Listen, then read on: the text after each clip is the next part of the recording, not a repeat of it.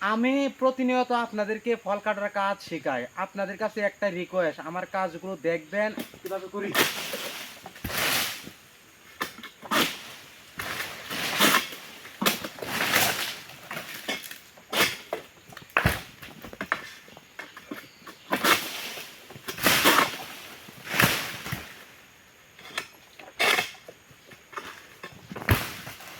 দেখছেন কিভাবে কাজ করি, কিভাবে বাগানে ফল কাটতে হবে। ফল কাটিয়া আপনার দেখা গেছে অনেক বড় বড় ফল, ছোট ছোট গাছ এভাবে সাজাইতে হবে। এভাবে সাজায় এভাবে কাটতে হবে। এখন আপনারা বলতে পারেন যে এই সব ফল যে আপনারা কাটেন এটিতে কি হয়?